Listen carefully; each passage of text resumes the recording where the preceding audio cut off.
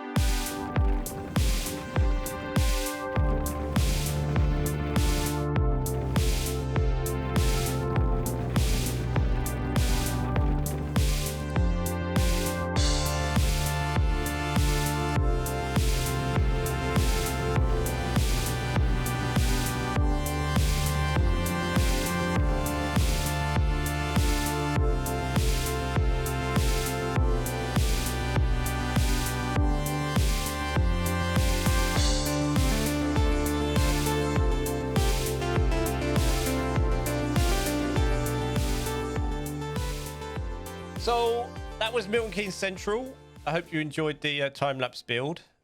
Obviously, we did Milton Keynes Central as best as we could. I added basically an extra line, Milton Keynes Central, just to deal with the traffic a little bit and to allow trains to go through Milton Keynes if they're not stopping north and southbound as well. I tried, and you probably noticed, messing about with this bridge, but I could not get it to come down quick enough. So I'm going to have a look in the workshop and see if there's some different assets. Basically, there's an estate here called Loughton. It's quite a nice estate. Actually used to live here, about here. And it's got a pedestrian bridge that goes across here, which would be quite nice if I plop some houses here myself, which would be nice, quite nice for the approach as well. And having some people as we're approaching, walking across this bridge and making use of it. These are normally sort of big office blocks, although they are being turned into flats, some of the floors above, and there's normally sort of, especially this side, there's some shops below. I didn't fancy any of the assets, so I kind of put flats there for now. I might change that when I sort of go through and decorate it a little bit more. And there is a multi-story car park here that has been on TV, believe it or not, because it's notoriously quite tight and a lot of people damage their cars on that, so I have added that. There's normally a little bit more going on here with some shopping centres and bits and bobs, but we've run out of space between here and here. It's normally a bit further down, I guess, and a little bit more going on. But I will decorate it and put in some bits and bobs just to finish it off, and then at some point we'll plop a town here and add some bus routes in. This is the A5, which crosses over and goes off beyond to Bletchley back there and beyond. So I thought I'd add in things. It's quite a nice feature of the station. Yeah, I think that's it. This track normally goes a bit further. It's more to do with the being able to use one line with two platforms in case one's full. Sometimes if this is a bit too far back, it doesn't recognise it as another platform and it will go nah. So I brought it in a bit closer. Further on, what have I done? So I've already added some lines to this as well and added some trains and got some trains going. And I will do a cab ride on one of these intercities.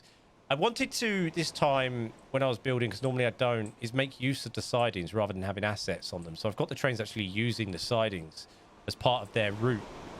So basically what we've got now is, if we click on this route, and I've put sidings in the brackets there. I've put Wolverhampton just as a reference point. If we take, I've got 4 trains using this line. And basically they obviously give birth to them here on this Bletchley train depot. They go up to London-Euston. This is the start, and they just unload. They don't load anything. They have a choice of 2 platforms on this, just in case there's already one of these trains already parked up on the platform actually loading. And then they turn back, come back to the sidings, and they sit here for 10 minutes. They can use one or the other. That's why we've got 2 parked up now. And they're kind of in the middle of sort of spreading themselves out a bit because they're quite early placement.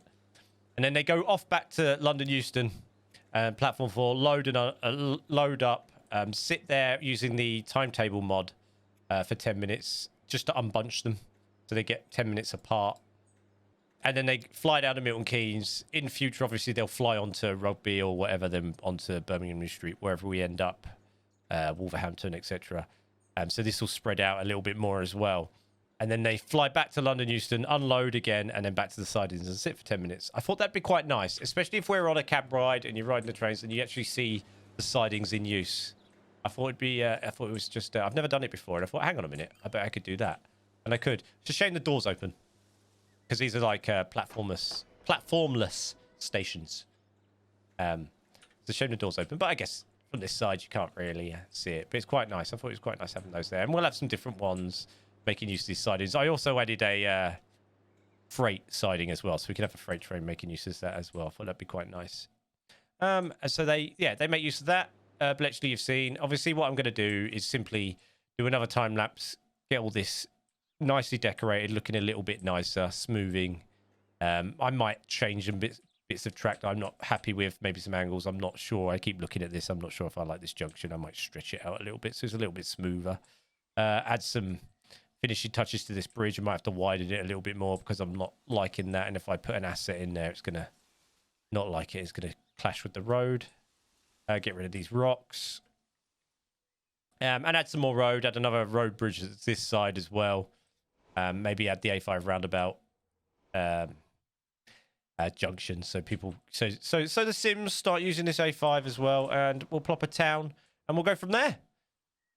thank you very much for watching, guys. Like and subscribe if you are enjoying the content. Thank you again. I really appreciate it. And I'll see you guys in the next one.